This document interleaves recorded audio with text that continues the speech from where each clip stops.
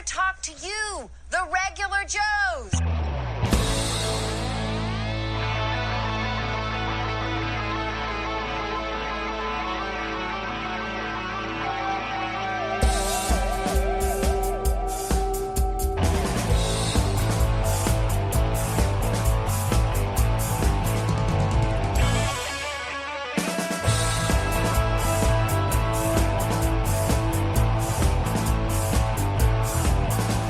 To movies and toys and TV shows, comics and collecting and superheroes. There's no end to the useless stuff they know. But don't call them geeks, they're just regular Joes.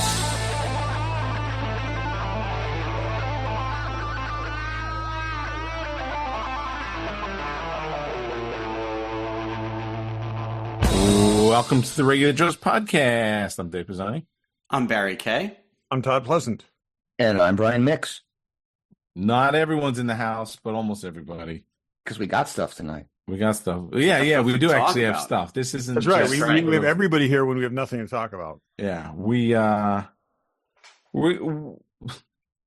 collectively traveling. Collectively, we've been to 10 conventions. One of us has been to 10, and the other one's been to 1. No, and one of us has been to none. So exactly. So no, but some of us have gone to conventions, some more than others. So we're going to talk about some of that stuff. But let's go and do some random. Barry, what do you got?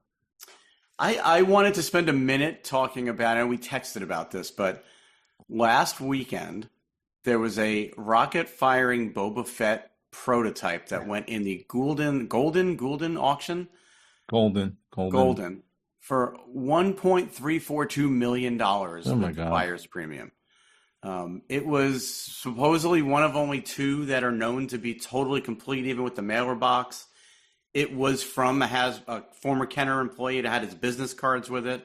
Like, it couldn't get more legit, but that's $1.3 million. That's a lot of money. You know, it's funny. People are talking about, like, you know, all these prop auctions and all this stuff. And there are sort of people who've come into money over the past 10 years, hedge fund people that are younger than us and buying, you know, they'll buy something crazy. Well, I don't see those guys buying something like that. That seems like a real collectible. Oh, no, this is rich. This is rich nerd money. This is. But even that. No, this is somebody who's gonna like who's you know, company stock just sold, who's got, you know, who's got vested, who all of a sudden is going to wake up someday, like 3 months from now, and realize I spent $1 million on an action figure.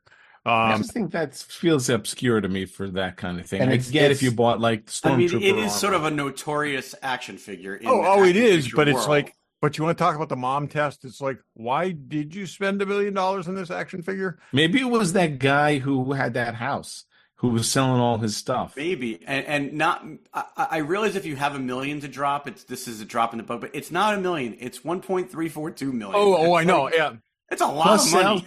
Plus sales absurd tax. At $1 million, Barry. Close to $1.5 million. It's even right. Worse. Plus sales tax. That's a good point, Dave. Yeah.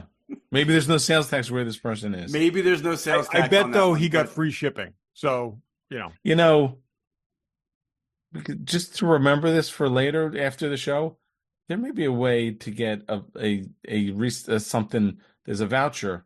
You may know somebody. We'll talk about that. You know what I'm saying? It's the bubble has popped on classic cars. In a big way. The Monterey auctions went off last weekend, and cars are going for 75% what they were going for a year ago. Oh, wow. I think that's been predicted though for like 3 years, right? That they kept. It's been trending, but it's really turned down. And I'm wondering how many if that's going to follow on into props. Was it across the board, or was it like muscle cars are still high, but like other types of classic cars? It was across the board. And what really got hit is stuff before the 50s. Really, I can see that. People are moving further down the road. I mean, Mercedes Goldwing is still getting $1.2 million, but it was getting $2 million last year. Yeah. Okay, interesting. Well, whoever bought it, if you want to come on the show, let us know. We'd love to hear about your story. I mean, Like, good for you that what you were you had thinking? No. the money to do it and that it's now part of your collection. But That's the thing. I guess they're two different collectors. When you can get a Y-wing for the same price, it's got to be a toy collector. I don't know who it is, but yeah, it's weird. Screen used ILM built miniature that there are a handful of and only 2 known to be outside of the archives. But again, there's only 2 of these, and either you're a hardcore Star Wars collector or you're just a toy collector with a lot of money. 2 of these known, okay? Yeah.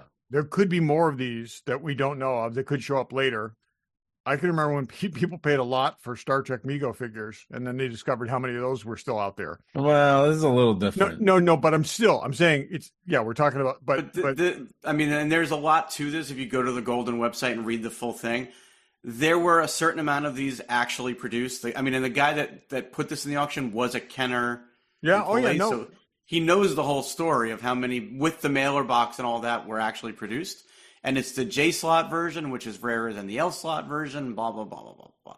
There's a handful of these known to exist, but crazy.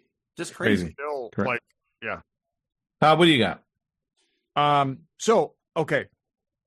Disney has backed down on their plan to get out of a lawsuit. Did you read it? You guys, as a header story, the guy who had brought a wrongful death lawsuit against Disney was told by Disney's lawyers that he couldn't advance the lawsuit because he had given up his right to sue Disney and instead would have to use arbitration because he'd signed up for Disney Plus. Yeah, apparantly in the Disney Plus trial. terms of service, Really? you waive your right to sue them for any reason whatsoever. Yep. A trial of Disney Plus. Now, and Disney has now backed away from this position after getting tremendous bad press over this. I'm gonna fall off Dumbo and sue them, but I guess you're I not. can't. I can't. No, you're not because you've been subscribing to Disney Plus for 4 years. They take you in a room with a really muscular guy in a goofy costume. They slap you around a little bit and they give you a check for $50 and a free day pass. So that's I take a lifetime pass for like something. Jon Favreau brings in the probably back probably room. not for your wife dying though. So No, it's this crazy is that absurd. they ever even said that to him. And it's just and just absolutely amazing. And I'm sure a jury will definitely look right past that little signature thing. I mean, the other thing probably is, electronic signature at that. Yeah. It's but they have, like I said, they have since. Oh, it is. It's just you're clicking a box that says I read the terms of service and you're moving on. Nobody actually reads them. Yeah. Which is not a valid defense apparently. So, but I know it's not, but it's a reality of the world we live in. That happens over and over again, and invariably people lose on the nobody actually reads them defense. But Disney got shamed into backing down. So speaking of backing down and shame, does anyone want to jump on the Acolyte? Yes, me. Okay, that's all I got. Sorry, Barry. Another show that's set up for another season that you liked. Gone. Well, Acolyte I never know who Dr. Teeth was. I am waiting for something official to come out because it was in the Hollywood Reporter and Variety today. It was not just okay. Yeah. So good. Yeah. Well, okay, I didn't see that. And were there I barely liked it. Let's be honest. I was pretty not very positive on it. It was. You were trying, but you couldn't get there. I wanted it to be good. I know it just wasn't. Yeah. It was. I don't know if it was a hubris or what that you would do an entire season to set up something that for a season you may never get. The whole season. Oh no, that was spent I set up the ending. 100%, Brian. I think that was extremely calculated, and it was a miscalculation. Lesson to be learned here. That should have been something that you wanted more of, not needed more of, because you didn't need more of it. Yeah. They're probably doing reshoots on Skeleton Crew right now. Yeah. Wait, we figured the wrong way to how to do wrap this. it up at the end. Wrap it up at the end. Well, and I don't know if this is to be believed either, but there was another article out this week that said Kathleen Kennedy is ready to retire, but she's waiting to have a win under her belt before she does. Good luck with that. She's not retiring after Acolyte. Maybe I know she'll that's retire going to after be Skeleton Crew. The Grogu movie. Could we give Rick? Could we just like advance an Oscar for the Grogu movie and just like let her go? It's like, okay, we're gonna put you. Yeah, we're gonna guarantee. Wait, you tell? I mean, sound editing. Just take it and go. Force Awakens made like $1 billion. Wasn't that a good enough win? Well, it's been downhill since. I think then, it's the record really. since then. Is what? Yeah. Well. And, Sorry. And look, I don't want to go down the rabbit hole, but I will say this. I've been positive about a lot of what's come out, but the reality is, since Mandalorian seasons 1 and 2, there hasn't been anything great. So, if she's looking for a win, wait a second. Andor's not great. No, it's not. Well, Andor is great. I take that. I don't think Andor is great. I think it was good. Andor and Mando season 1 and 2, and The Force Awakens and Rogue One are the only great things that have come out of. Was Rogue One her? Whoa! Yeah, what about Solo Story and the nuanced performances? Listen, just because she had a nuanced performance doesn't make the movie great. Okay. Okay. I thought it did. Not everything that's come out has been spectacular. I've been honest about that. Okay. Doesn't mean I don't enjoy it. After a fashion. I enjoyed Brian, but I know it's not great. I'd forgotten you weren't an Andor fan. No, the first 2 episodes are great, and the last 2 episodes are great, and the rest was a big waste of time. It's a little slow. Hopefully, they say season 2 is going to be completely different. Hopefully, a little more fast paced. Yeah, I think we can expect that because they've got to. I think Barry, am I wrong here? Did they make season 1 thinking they had a long runway? They started out thinking they were doing 5 seasons or 4 seasons. And so season 2 is going to be a lot of compressed time. Season 2 is 4 3-episode arcs, and each arc is a year. Okay. And they're talking about, I think it was Diego Luna, I read somewhere, said that season 2 of Andor will give you a completely different perspective on Rogue One. I think I read he said that. I can't get over him on a beach with a beer. Just, Oh, wait, that's not him. Or is that the No, that's him. That's him in the Corona commercial. It's him in the Corona commercial. Oh. Okay. So yeah. Anyway, okay, changing gears. I see him on a beach with a red fireball. I forget you guys don't watch sports. Sorry. What about with some blue milk? There's nothing wrong with being on the I've beach seen with those some blue commercials. milk.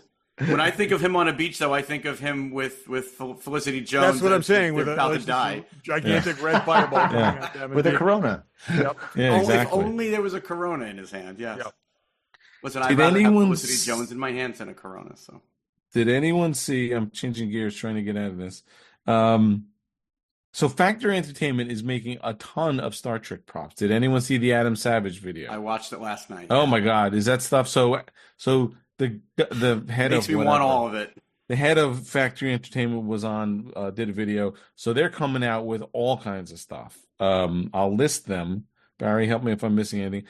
A lot of metal stuff. Medical, next gen TNG medical tricorder with hand. Like the graphics are amazing. Wow. Like moving graphics and stuff. A full metal Star Trek 5-6 assault phaser.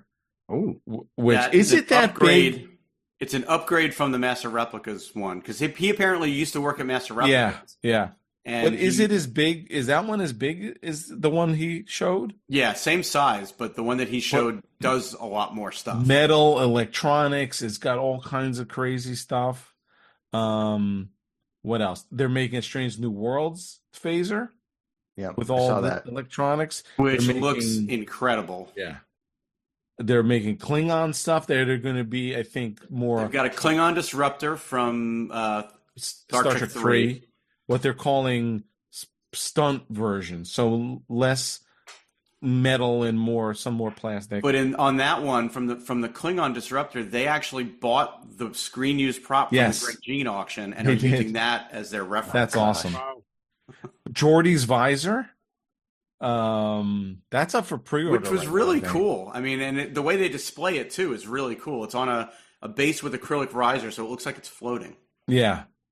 Todd, that's for you. Plus, they had a Dustbuster phaser die-cast. That looked gigantic. Really I forgot how big. Because I built the Dolphin or the Boomerang, and it's so much. It's half the size. Yeah.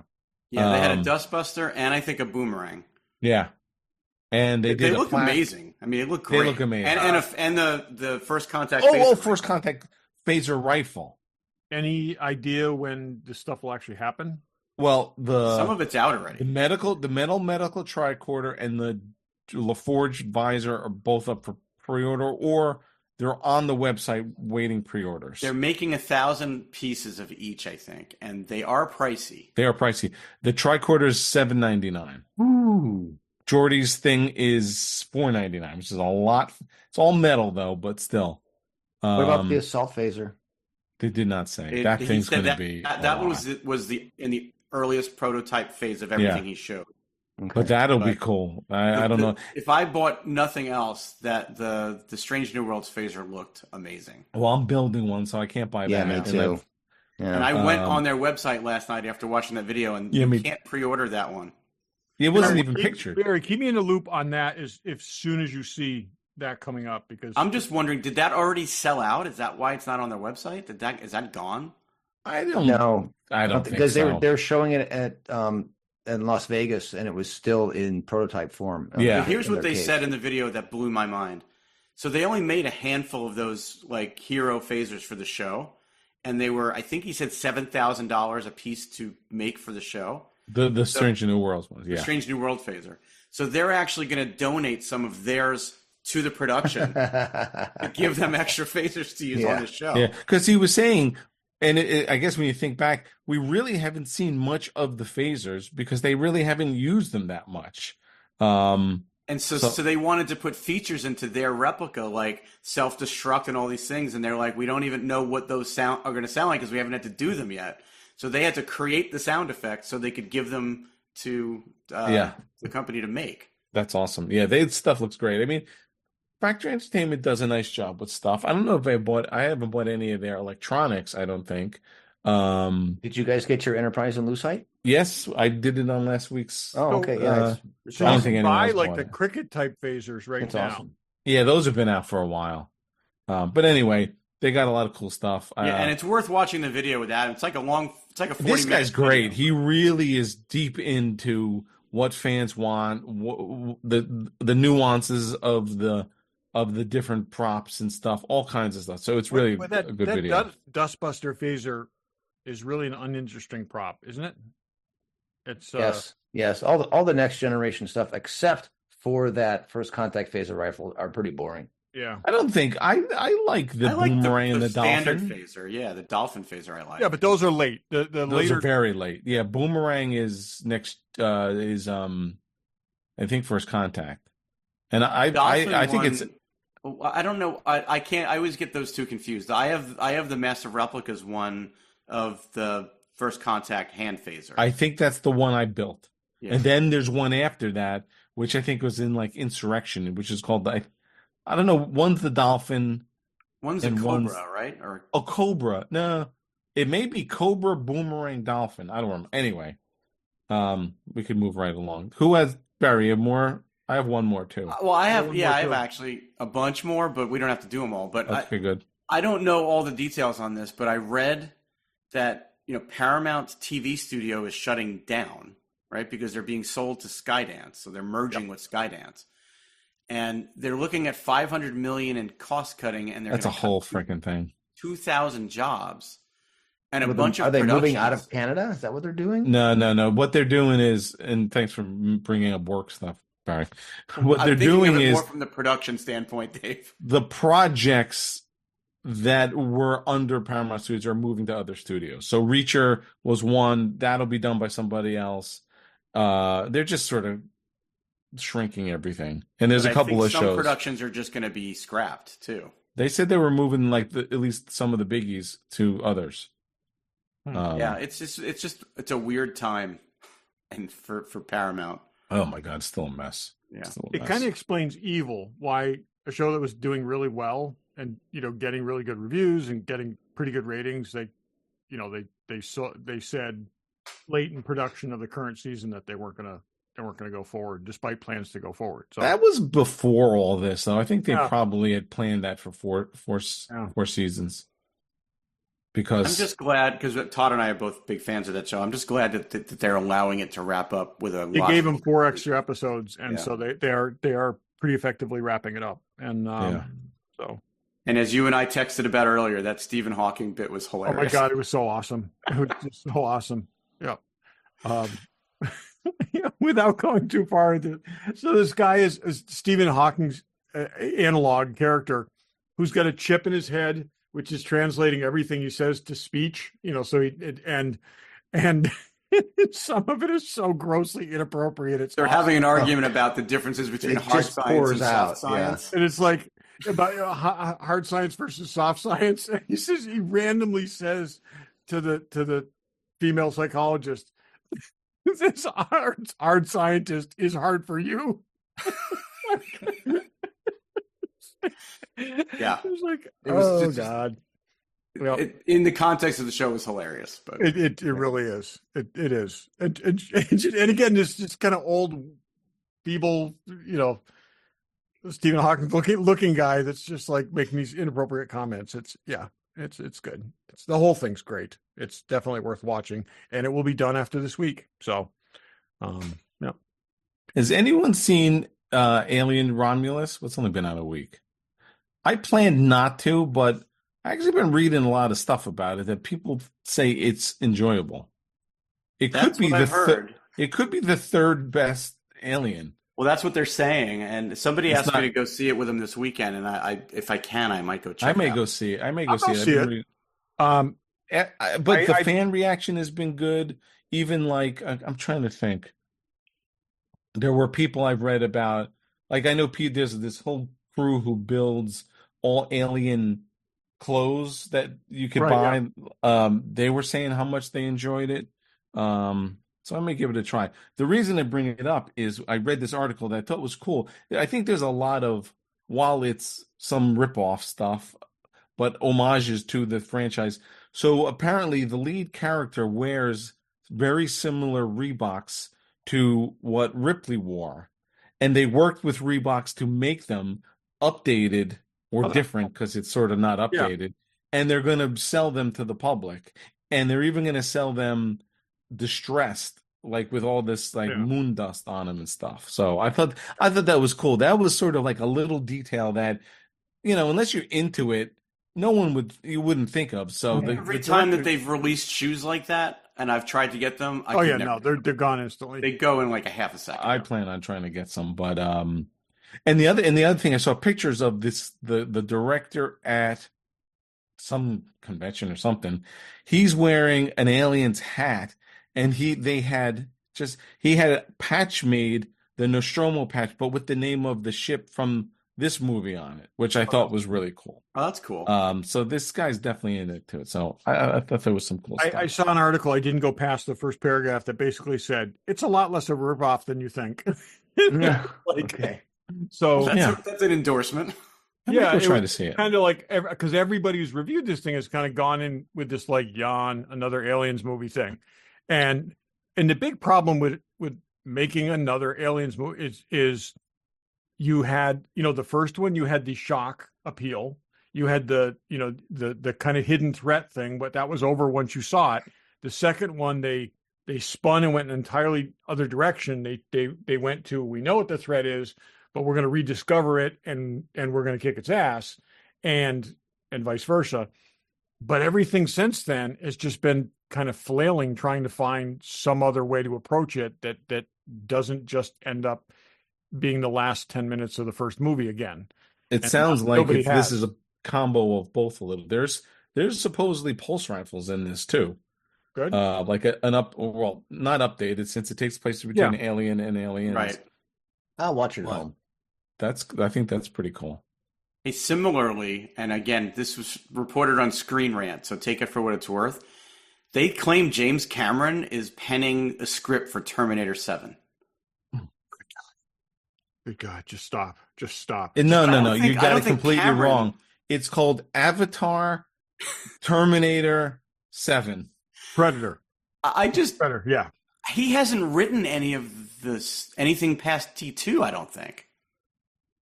No. So if he's actually writing the script, that at least maybe has a shot at being good.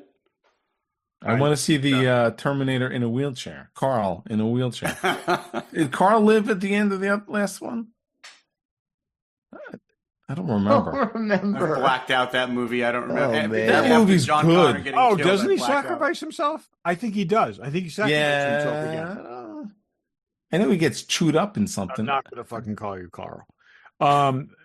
That's a great movie. It's a great movie. They kill John Connor in the opening scene. We know. Okay, if we've done this, I think that's totally the third best Terminator movie. Actually, I think it is. All kidding aside, I think it actually is. Yeah. Well, what else is there? There's 3. Terminator 3 with Christina Loken's bad, but maybe not as bad. It's bad. I don't think it's not a new idea in that movie. I don't think it's horrible. I think there's some interesting stuff, and not only her, but I think that's the problem, Todd. To your point, every one of these movies is about a Terminator coming back and trying to kill these people again, and then I know that, but I'm saying at least they do something a little different in Dark Fate, and it's more of an ensemble thing, and it ties a lot of things in together, and it also just breaks the timeline. So, I would have liked to have seen Salvation sequels, but I know I'm alone in that. Wait. Sequels? Well, they left a very open-ended story. But that movie sucked. I didn't hate that movie. Oh my god! What about what's the other one? Genesis? Yeah. Is that the worst one? Anybody? Well, Emilia Clarke has a very nuanced performance. Oh my god, that is by far the bad. Worst one. No, that's way worse. I still want to understand how Sarah Connor grew 4 inches between those two movies. That's all. It's like Dark Fate could be the second best one. Wow. You know who's the best one? No, Collectibles. We're not there yet. We'll jump in. Okay, I'm kind of trying here. What did I have? Oh, okay. So there, Dynamite just published a Johnny Quest comic, which is Dynamite, really like the magazine with Dynamite on it? Publications. Okay. Oh, the Johnny Quest thing. Yes, they do licensed comics. They just did a preview issue for Free Comic Book Day, and then it was like a 4-page preview, and then they just did the first issue, which came out last week. Really liked it. Very, very interesting. It goes in a direction that is kind of unexpected. But the interesting thing is everybody who's tried to revisit Johnny Quest since 1965 has tried updating it and modernizing it, and that's failed. And it just never quite works. This takes the 1964 Johnny Quest and through a not totally explained means brings him into the present day. And it's a really cool story so far. And it's not very clear cut. There's some mystery stuff going on, but I think that's going to be cool. This September 18th is the 60th anniversary of the first episode.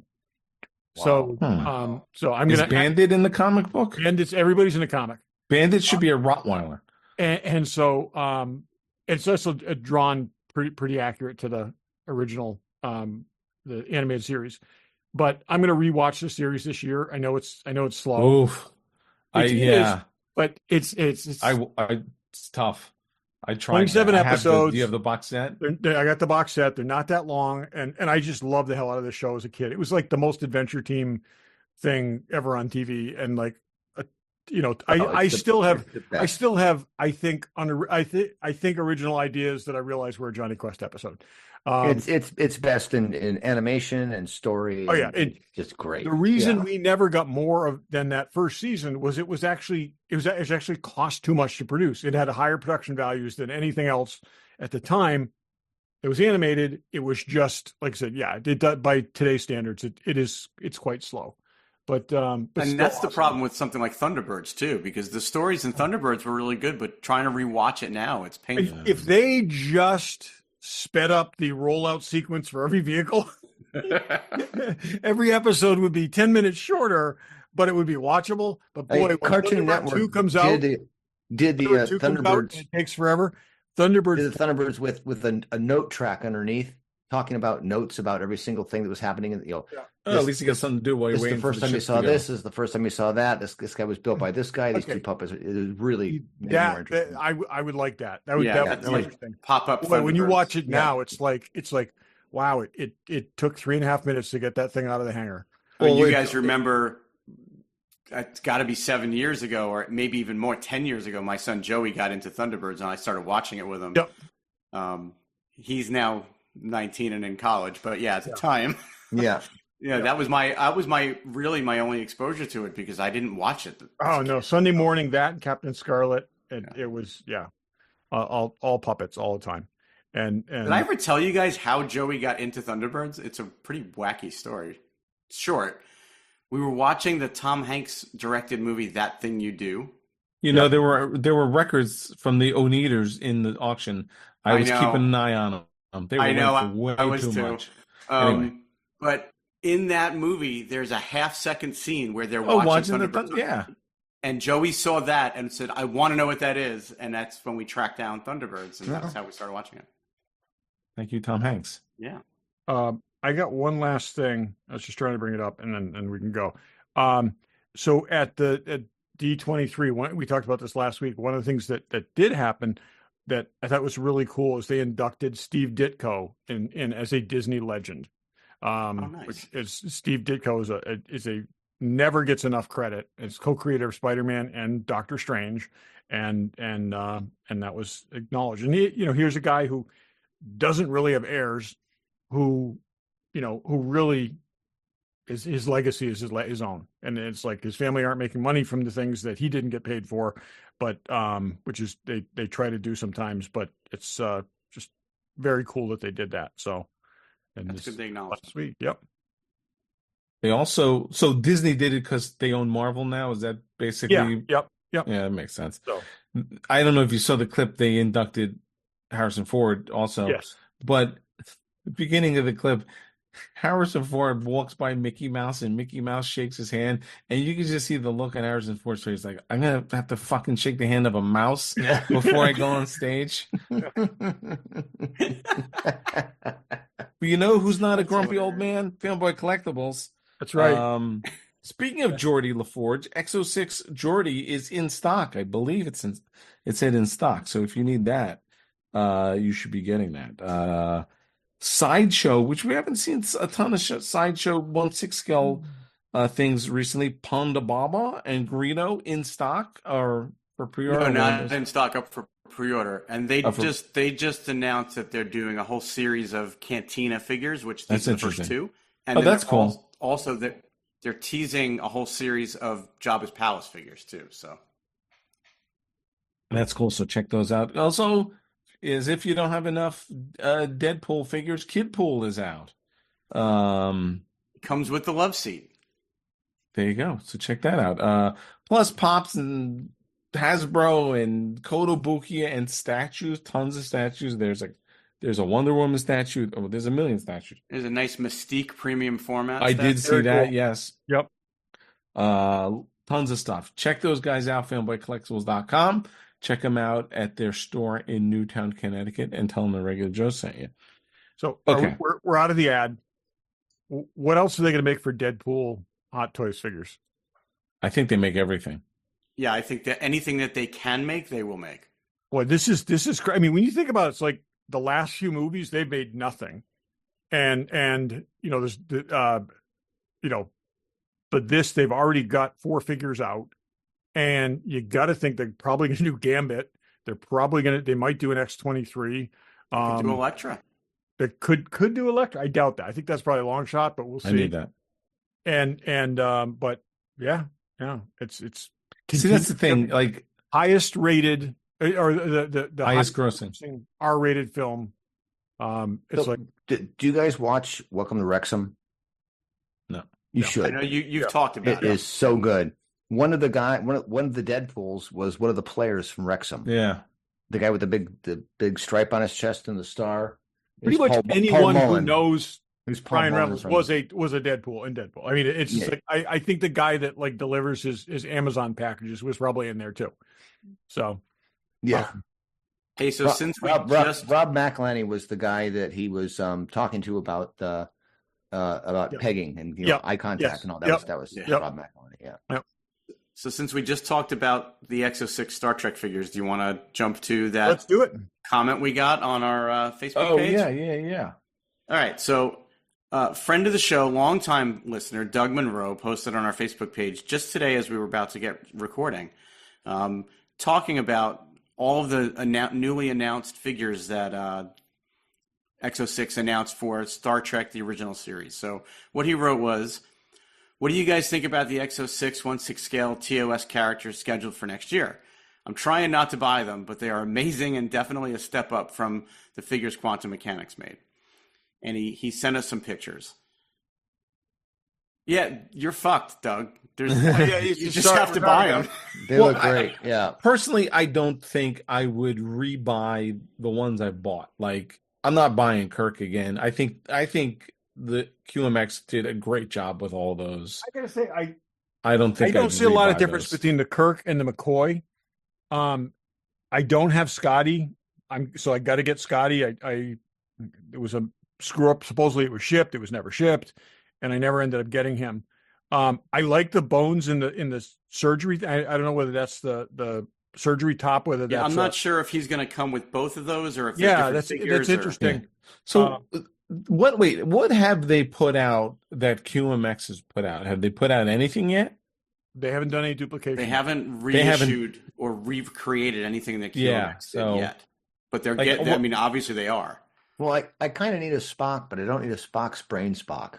Spock's brain Spock is awesome. I know. I can't. This is what blows me away about these guys is that they even made a prototype of Spock's brain Spock. That's amazing. The thing, though, they're also going. They've done this really cool thing where they reach out to the obscure and they make a smaller number of those. Yeah. While they're doing the mainline things, and they they kind of quietly blew through every Voyager character. So those are all done. Now they're going to do, I think they're going to do the DS9 characters. Well, and they're already halfway through the TNG, right? I mean, they've got Picard, the Geordie's out, as we just talked about. Data's out. Data's out. It's up for pre-order. There's a Ro Laren coming. There's but no. They showed Beverly Crusher at Vienna. Okay, yeah. I'm waiting for Doctor the second season Doctor. Yeah. Pulaski. Dr. Pulaski, so she can go with my John Saxon action figure for Planet Earth. Very nice woman. I met her once, but they're doing an amazing job. And they really, really are. And Doug, we're sorry. They're just going to give them your money now. I think you have to be selective because they are releasing a lot of stuff, and I'm being very selective. But yes. I definitely have a shelf full of them already, and I'm sure I'm not rebuying, but I will. I'm really excited about the TerrificCon stuff. I hope they do those Kirk and Spock for that. Yeah, it's been a long wait. But I wasn't going to buy Savick. I mean, Savick has got all the stuff you want, but I don't. No offense, I don't want it on Savick. I want it. But that's Kirk. the thing; they can't just make Savick. They're not just going to make Savick. They're going to do Kirk, Spock, and Khan. It's also like the only character that was ever in that run that was played by two different people. It's kind of like. That's true. It's just an odd choice that you made that when you didn't make any of the main cast from TerrificCon. There's no Khan even yet. Well, but they've announced them all and they've shown prototypes of them all. So. Whatever. Yeah. Anyway, so Doug, save your pennies.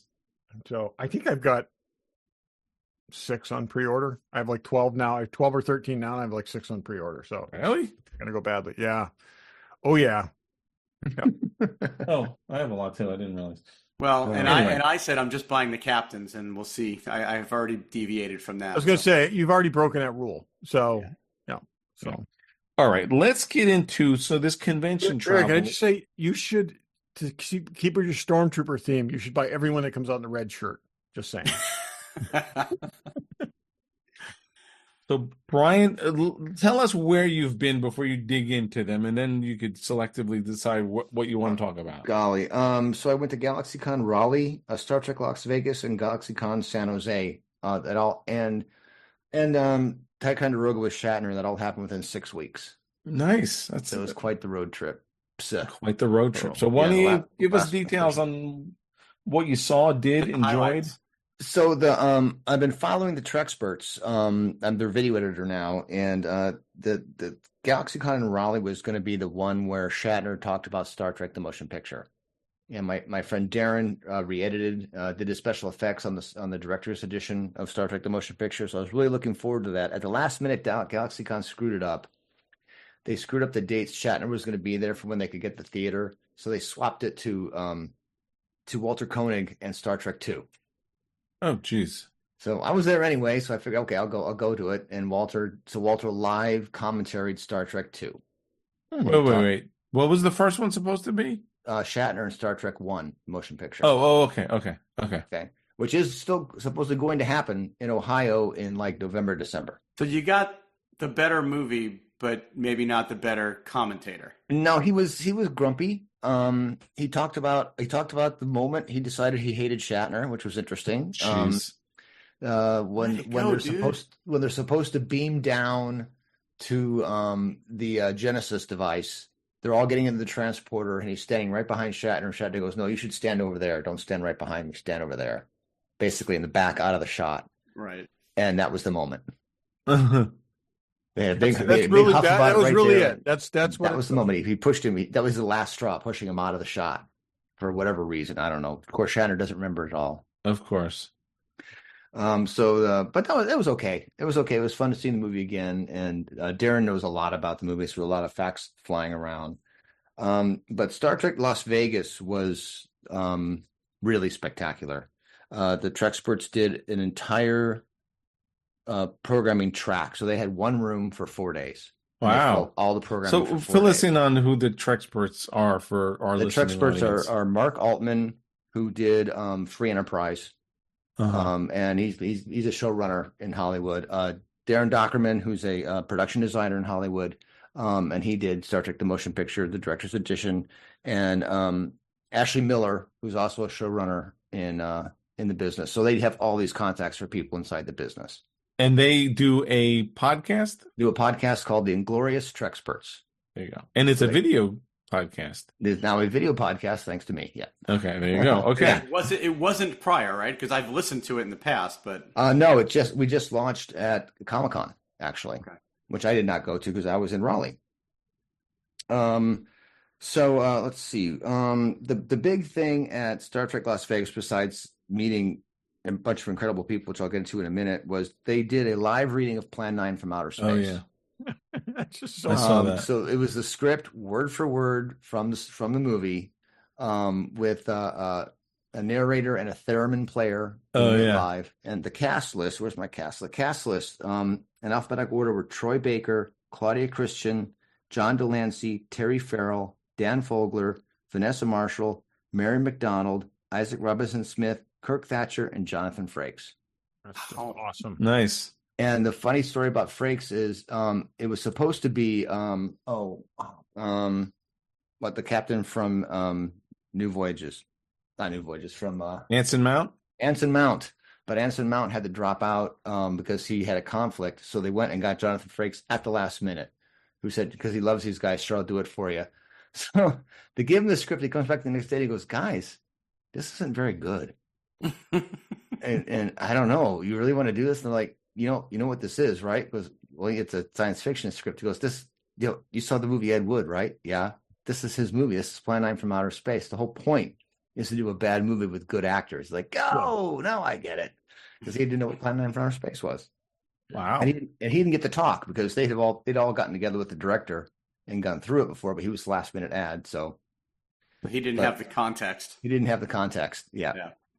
It was a very fun night. The theremin player was awesome. And the Star Trek V thing kind of started there because they did a panel with Ralph Winter, who was the producer, and Lawrence Luckabill, who played Sybok, and Jerry Simpson, who was Sarek, who looks more like Sarek now than he did then. And that leads me into GalaxyCon San Jose, which was last weekend, where I saw Ralph Szynski. Ralph Szynski directed original series episodes. Get this list: This Side of Paradise, Metamorphosis, Obsession, Return to Tomorrow, Bread and Circuses, There Is No Truth in Beauty, and The Tholian Web. He's 101 years old. Oh my God, Holy really? crap. He remembers everything. Really? Yeah, and including when he got fired on Tholian Web, because that's when Paramount had taken over, and they were really putting the screws down, and they went from a 6-day schedule to a 5.5-day schedule. That's covered in that book, the making of book that you they had the Silver LeMay spacesuits, and they scheduled the Silver LeMay spacesuits for the first day. Well, they weren't done, so they waited half a day for these spacesuits to show up. They show up and they don't have zippers because so they have to sew them into the costumes. And when they have to go to the bathroom, they have to unsew them in the costumes. So they're back into the costumes. So he was a day behind after day 1. After day 2, he was a half day behind, and they fired him. And it's a bottle episode too, right? It's It's all on the ships. Yeah. And after that, of course, no director made a 5.5-day shoot the rest of the season. They're all 6 and 7s. Yeah. It was too hard. It was too hard.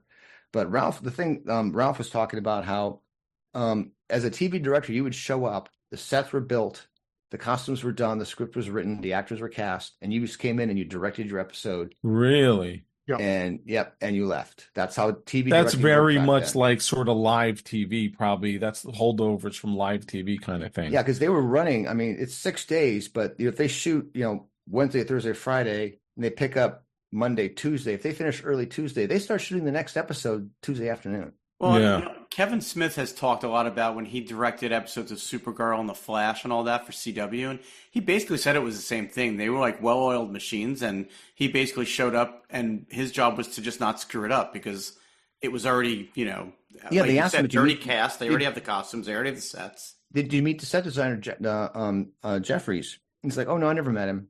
Sets were done when I got there. He was working on the 2 episodes down the line. Right. He didn't want to talk to me. That's interesting. Which leads me into Star Trek V. William Shatner did a live commentary on Star Trek V, the movie he directed. And he was no holds barred. He's like, this is what I wanted to do. I wanted to do the Enterprise searches for God and ends up in Dante's Inferno. Mm-hmm. Because the villain was actually this guy in hell. And which isn't a great concept. Can we just great that that's what he wanted to do, but that's not Star Trek. And that's kind of what the Treksperts said. It's like the concept behind this and the story behind it is really great. It's just really badly executed. Wasn't that like the original concept for the first movie? The God Machine. Yeah, that was a Roddenberry concept. So Roddenberry threw water all over this one because as soon as he pitched it to him, he said, well, whose God is it? Is it the Romulan God? Is it the Vulcan God? Is it the Klingon God? Is it your God? How do we know what God it is? Harv Bennett, what Harv Bennett did to Shatner was, because Shatner had directed a bunch of television. He had done T.J. Hooker episodes and stuff like that. A bunch of Hooker episodes, yeah. And so what Harv Bennett did is he treated him like a television director. Shatner did not pick his DP. His DP was picked for him. He never spoke to a set designer. They gave him the sets from Next Gen. He had very little to do with the casting. He wanted, believe it or not, Sean Connery for Sadok. I could see that if he wore that Zardoz outfit. But also, we found out that Nimoy wanted to play both characters. Oh, interesting. Oh, that could have. That might have been better. It was like his twin brother. Honestly, that could have sort of saved it. Ralph Winter killed it because he said there's no way on this tight a schedule. Oh, and by the way, he had $40 million when he started the picture, but they only gave him 30. Yeah. He said there's no way when we're cutting budgets, we're going to do split screen and double exposure because this was the film days, and put that on a first time director. We're not doing that. I remember hearing or reading about that the scene towards the end where the rocks are coming up out of the ground and it was supposed to be monsters and they couldn't make it work and they just did rocks. Right, they got there and he said, "I want rocks that run and split open and have demons inside. Yeah. And they said, okay, it's $250,000 a rock. How many rocks do you want? How much money do I have? You have about $500,000 to finish this picture. Yeah. And So he feels like the screws were put to him on this. Harv Bennett completely fucked him. Absolutely. You look at the lighting on the bridge, and they just turned on every light they had. It's just terrible flat TV lighting of a barely redressed next gen set, and that's what they gave him. They said, "Go direct this." There was a few scenes where he really held firm that are really amazing. The scenes where McCoy faces his pain, and those scenes in that, and with the ship's wheel, those scenes are really good, and you really get into the character. And those are his the bright points of it. And the special effects, he was told ILM's too busy. We can't get ILM, which really meant ILM's too expensive. We're going to go use this TV guy in New York who does not in New York. There was a TV guy in Hoboken, New Jersey. Okay. And I lived in Hoboken at the time, and I was in the film business. And I've told the story years ago. And I heard Star Trek V effects were being done someplace in Hoboken because, I was working on a movie. I think Ghostbusters 2 was shooting there at the same time. So you hang around the equipment houses, you hear stuff. So I'm like, oh, I got to work on Star Trek V. I'll sweep the floors, whatever. So what I did was, and you'll appreciate it because you said it was shot on film. So everything was shot on film back then. There was no digital. And there was only one film. It was Kodak. Kodak was the only place to get film at the time. I mean, for years, they were the only ones in the industry. So I knew people at Kodak. So I called up Kodak and I said, oh, calling from such and such. We haven't got our delivery of, $52.95, whatever the film emulsion stock was. Did you guys send it? I knew the name of the production company. And that's the only thing. Such and such productions in Hoboken. And like, oh yeah, no, we mailed it to 1752 the address, at Jackson Avenue.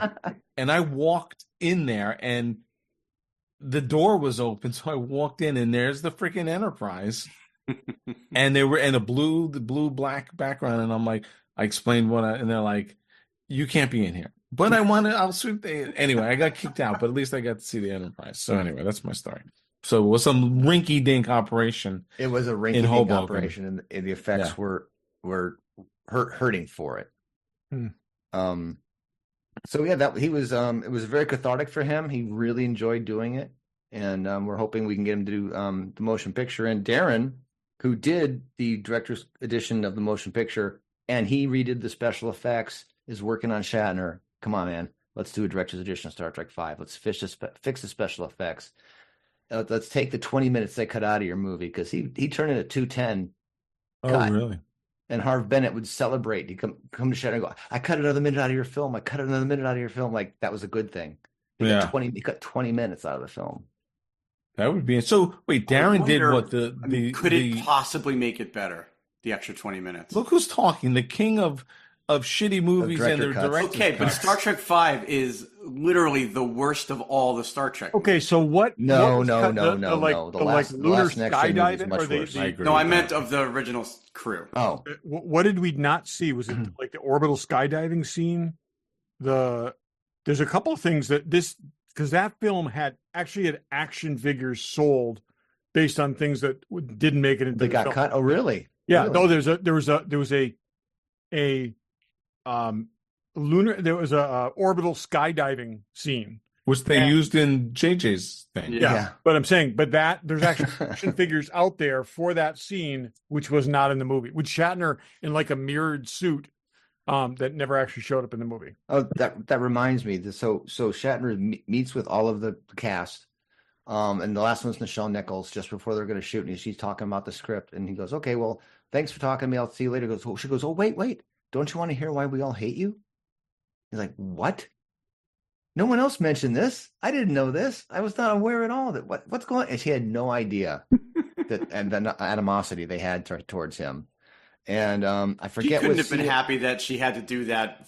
Oh my God, that was awful. he forgets what what's he I forget which scene it was, but there was a scene with Cybok and Spock where he wants Spock to show this kind of emotion thing, and he goes, Nimoy says my character wouldn't do that. And he's like, well, it's in the script. You read the script. We wrote the script. It's a character moment. You do that. He goes, no, my character wouldn't do that. I refused to do it. And then every other cast member heard this, and they all started repeating, "Oh, my my character would never do that." So they were fighting him through. They were giving him shit. Yeah, it'd be interesting for to see them do that. But when he redid the effects, were they all done electronically? Like yes, all digital. Well, they had the original film pieces, and they put the original film pieces together and digitally composited them and improved them. Yeah, I mean, like they did for the stuff that they episodes. had cut.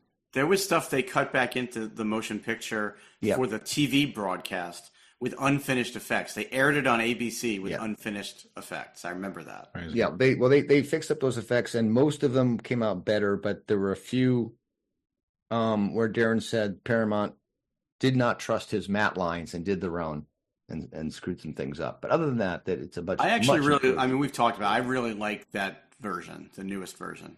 It's really. It is definitely better. Definitely better. It's got a real. If you see it in a theater, it's the only Star Trek movie that looks like a motion picture. It's vast. It's really huge picture.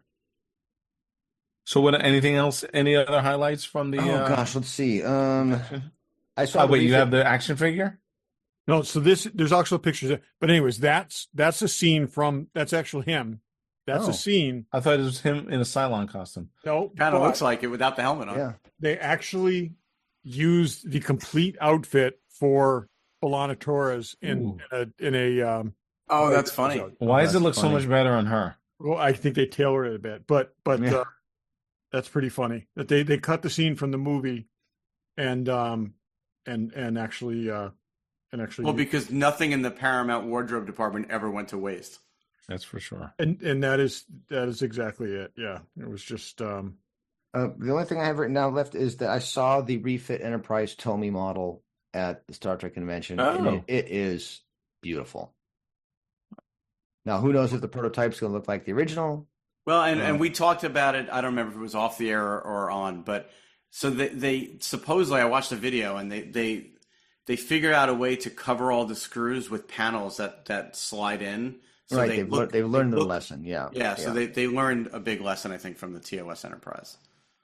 Brian, did you buy the first one or no? No, I have the master replicas. No, master replicas.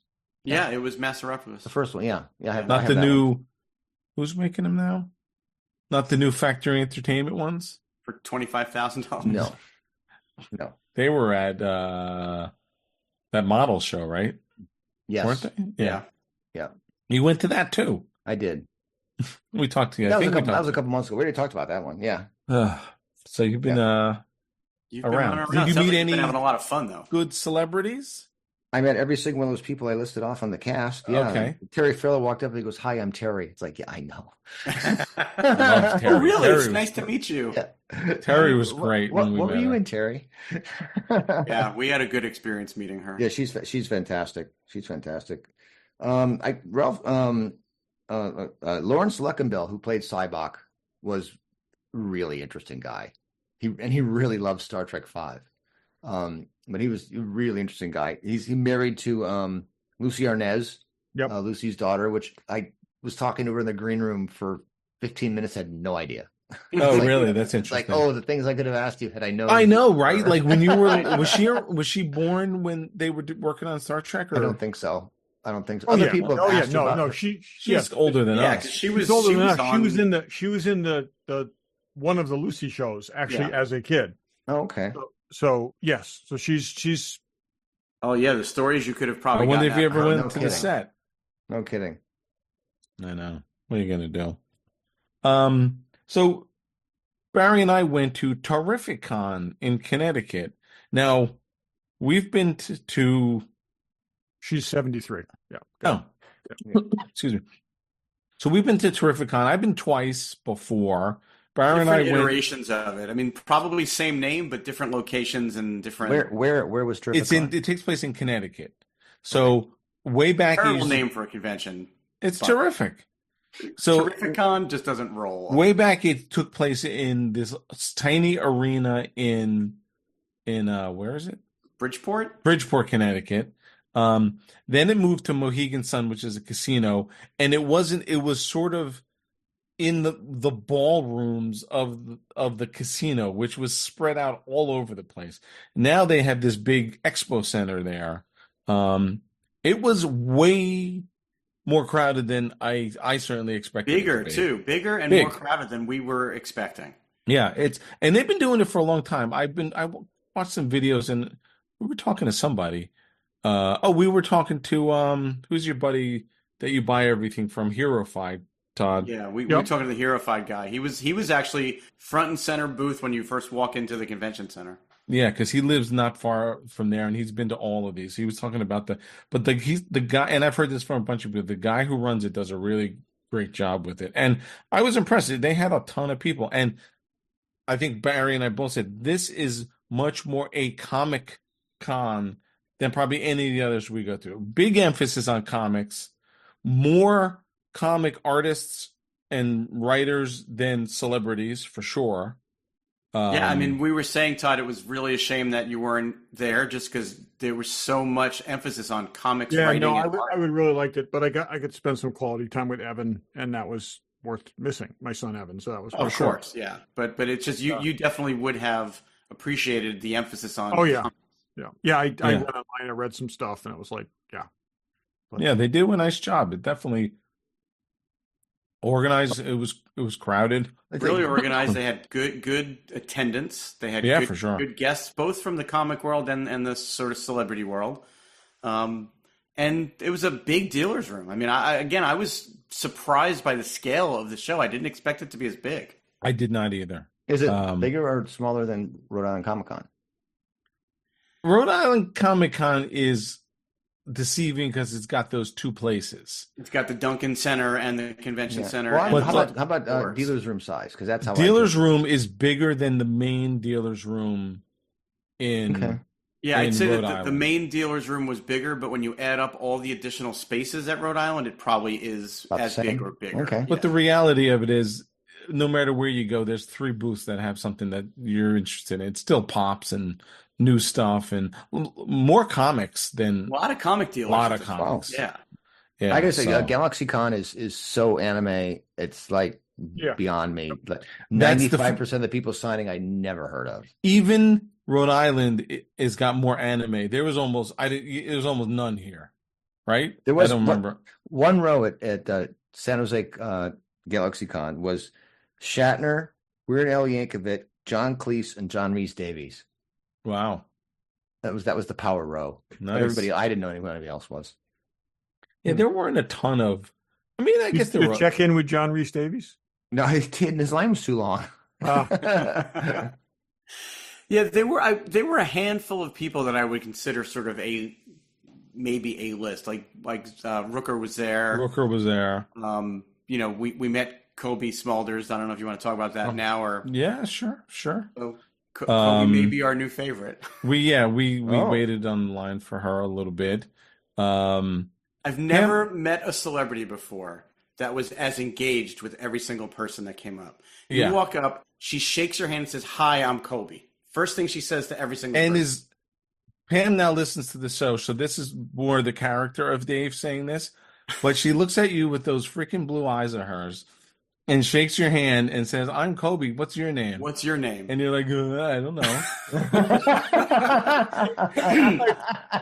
and dear, would you stop drooling on me, please? She was super nice. Super nice. We watched as we were getting up there. She was really same exact thing with everybody, very engaged, asking them questions. Like she was asking where you're from, and like she really was engaging with every single person that came up, which was just refreshing because you just don't get that. You don't get that.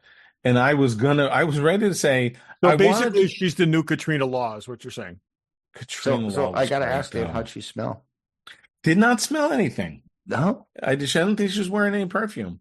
Yeah, I didn't either. Yeah, Katrina was great though. I'll tell Katrina you. was like, you talked to her and it was like you were the only one in the room. Yeah, And she was really, really awesome in that way. So that's what I would compare that to if you were. yeah. I was thinking Migna, who was great too. Yep. But Katrina was great too.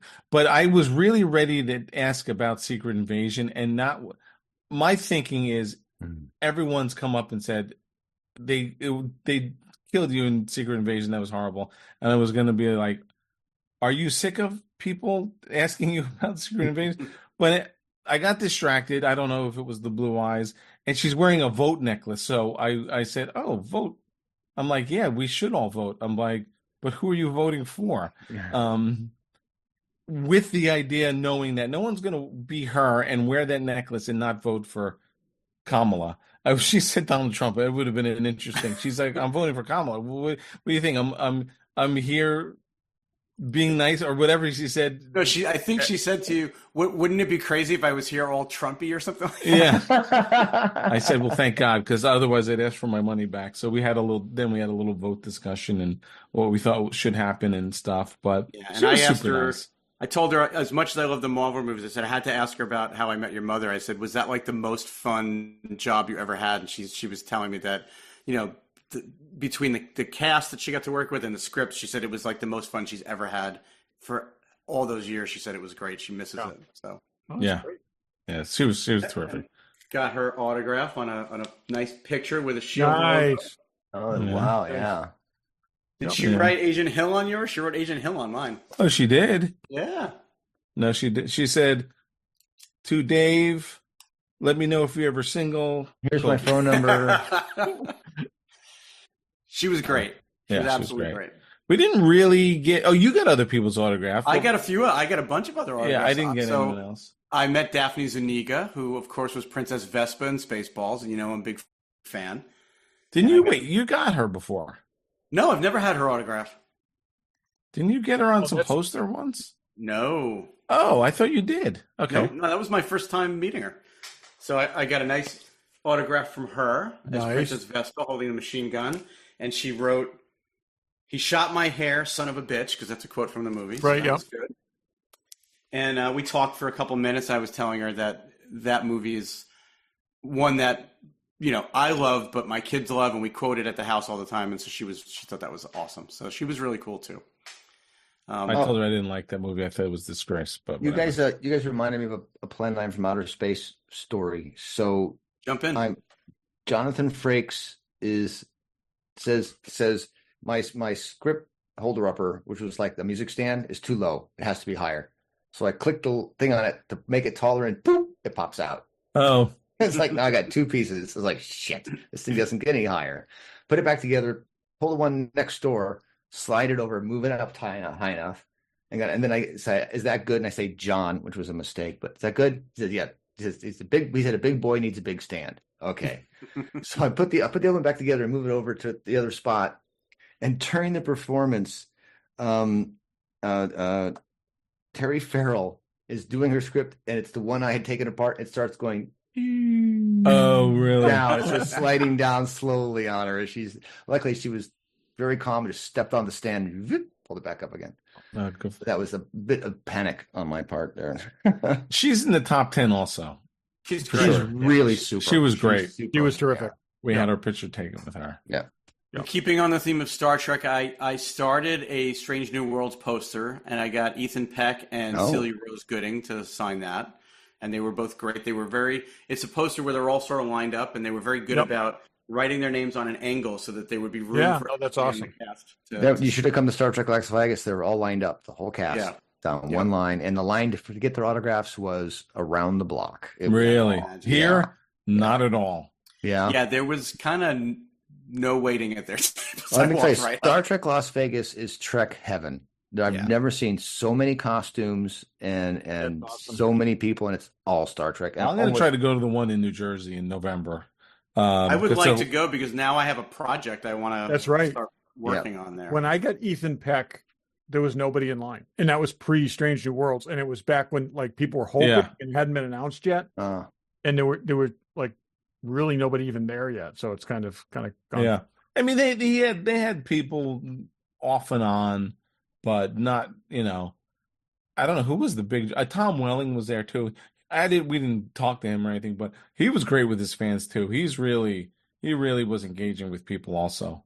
Yeah, and like we saw Rooker at his table a couple times, and then when we were walking down one of the aisles, he comes strolling by, sees Dave and shakes his hand. Yeah, I mean, Rooker seems like that's why we got him on the shows. Rooker will talk to anybody.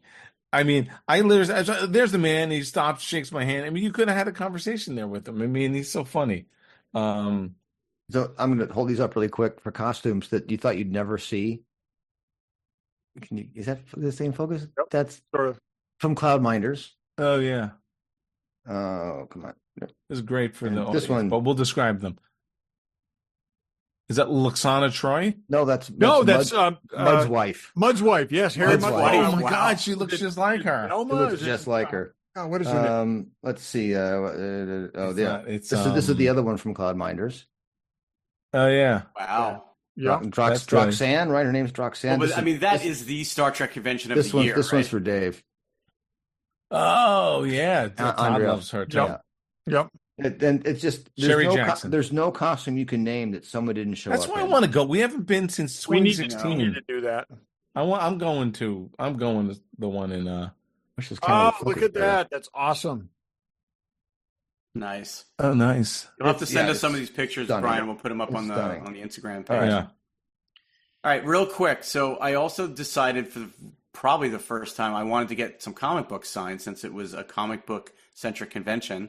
And I know we've met Howard Chaykin before, and he is a bit of a curmudgeon, but he was actually kind of okay this time. I brought my Star Wars oversized Treasury Edition #2 because he wrote and he did the art and the cover, and I had him sign that, and he was pretty jovial about it, I have to say, all things considered. I brought my Micronauts #1 to get Michael Golden to sign since he did the art. He charged a lot of money to sign this. That was the quickest signature ever for $30. Signature is right there above Baron Kars's finger. It's a little scribble. Yeah. I'm like, he was like, okay, $30, and he was really like, I don't know what I was looking for something else. Yeah, I was expecting a little more. And look, it was nice enough, but $30, but not that big of a deal. But this isn't a valuable comic. His signature doesn't make it any more valuable to me. This was just a comic book from my childhood. Yeah. So Yeah.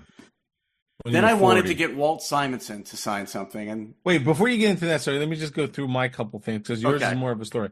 I got Starlin to autograph this poster with that's cool. Warlock. Yep. And I talked to him for a bit. He was a good guy. And then I got Claus Jansen to do this Dark Knight poster. So these were $20 signed, which were awesome.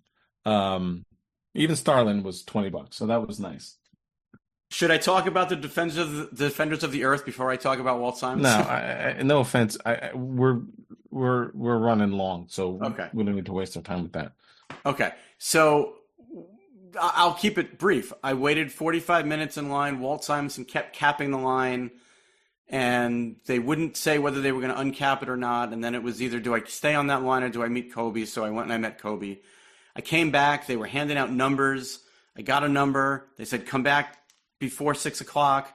I went back. I was number 17. The line was long. He was there doing sketches. He gets up from his table and walks away. And they're like, but he was doing like people are online.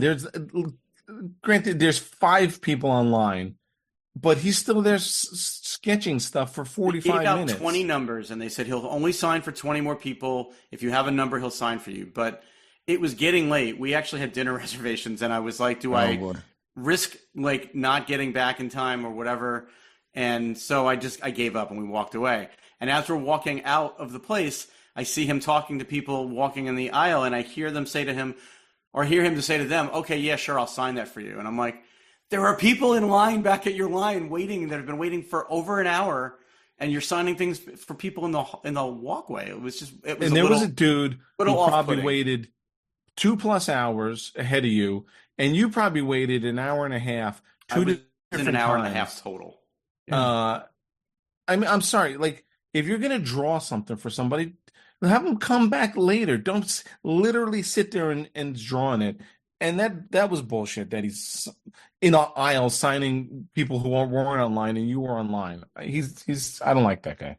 Yeah, I was a little put off by it. That said, I know he's a legend, so whatever. Get over yourself. You drive a Hyundai and I drive a $90,000 BMW. I just watched Glenn Ross clip today. I was the first person in line for the to have him sign my favorite thing he ever did. It was one of those perfect timing things. I'm sorry it didn't work out for you, but it was awesome. For look, yeah, everybody has different experiences, and I'm really not all that upset about it. But it was just a weird. Hey, Todd, my experience with Howard Chaykin was legendary. Oh, it was fantastic. It was so awesome. Too. I was there too. Yeah, I was there too. I even said to him when I brought the book, I was like, I talked to you about a year and a half ago about your position on Star Wars comics, and I'm going to pull one out of my bag right now and ask you to sign it. And he goes, no problem. He's almost you could tell, and we were there for 2 minutes. He's at the point where he's like, everyone expects me to be this jerk, and I'm enjoying not being pleasantly surprising everyone. Yeah. While you at New York, while you guys were busy, I had like a 10-minute conversation with Neil Adams one time, and which God, it would have been fantastic to record that, but that and talking to Howard Chaykin were my two favorite reader encounters of my entire life. Yeah. And look, he has found a way to monetize it because his price list right on his table is $10 to sign a comic book, $15 to sign a Star Wars comic book. And he's charging more for it. You know, it's again, like I said, there's few people who have done as many things in that industry without acknowledgement. And, you know, there's and because exactly who he is, but still, he's an amazing guy with an amazing career. And I'm glad you got that signed. I wonder if he's going to be at Rhode Island Comic Con. Well, if he is, I would love to. If he is, I'd love to set up a time to do an interview with him because I think he could be a really neat, like 15-minute interview. And he definitely has a lot to say. Or 45 minutes edited down to 15. Yeah. But real quick, I also bought the proof that Tony Stark has a heart. Yours is nice thing, which was a really nice version of it. So I got one of those. Lights up and the whole thing, USB powered. So that's really cool. I'm looking at mine. Actually, I think the inside's the same. Your box is nicer. Yeah, it's got a really nice acrylic cover on it. It's the whole deal. I'll send you a picture of that. Cool. And I got a couple of vintage Ewoks. So, you know, it was a good day. I didn't really actually Ewoks or action figures? Action figures. Okay. Because you can't have enough Ewoks. And price of Ewoks have gone through the roof. Yes, they have. And I got some good prices on some Ewoks. Like they're endangered now. Yeah. I think they are. Okay. I think that might be the case. So I guess it's still convention season. There's conventions all the way through probably Thanksgiving. Remember when the big convention was Creation in New York? And that was like the big convention. I used to go there all the time. Well, I hadn't been to a convention since Rhode Island Comic Con 2 years ago. Yeah. So it was really great to be back in that environment. And I'm really looking forward to doing Rhode Island with you guys. Yes. Oh, yeah. So we got Rhode Island. I'm actually going to New York Comic Con.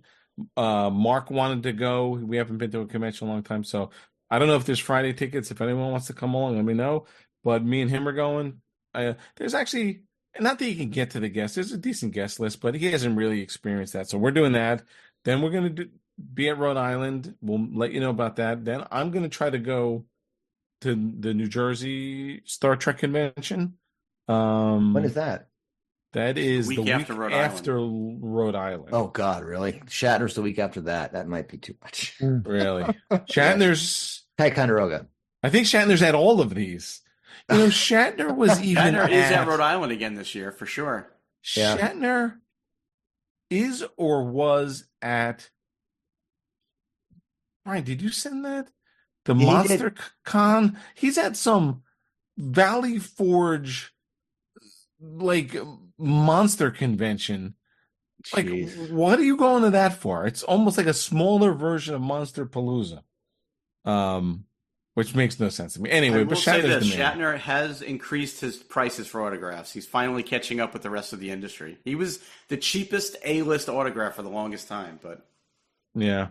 And I do think I'm going to try to make a Tommy plaque for him to sign. Which would be cool. I'll make you one, Todd, if you want. Anyway, so we'll be doing more conventions. I'm glad because we used to do 2, 3, 4 a year, and now we're only doing one. But we'll have to get to. Well, Brian's already there. 4 in a month, and they've already announced the dates for TerrificCon next year, and I'm thinking maybe we want to reserve rooms as early as possible in case we decide to go. I got to see about that's my mother's birthday, but I will reserve rooms because I bet they're cheaper and better than where we stayed. Anyway, any last thoughts? That's the way I get out of thinking. I don't have any last thoughts. Anybody? If you're not registered to vote, vote. And if you're not registered to vote Democratic, don't register. You don't need to. Not required. Just show up. They'll let you in. And thanks for listening. Thanks for listening. Thanks for listening. Thanks for listening.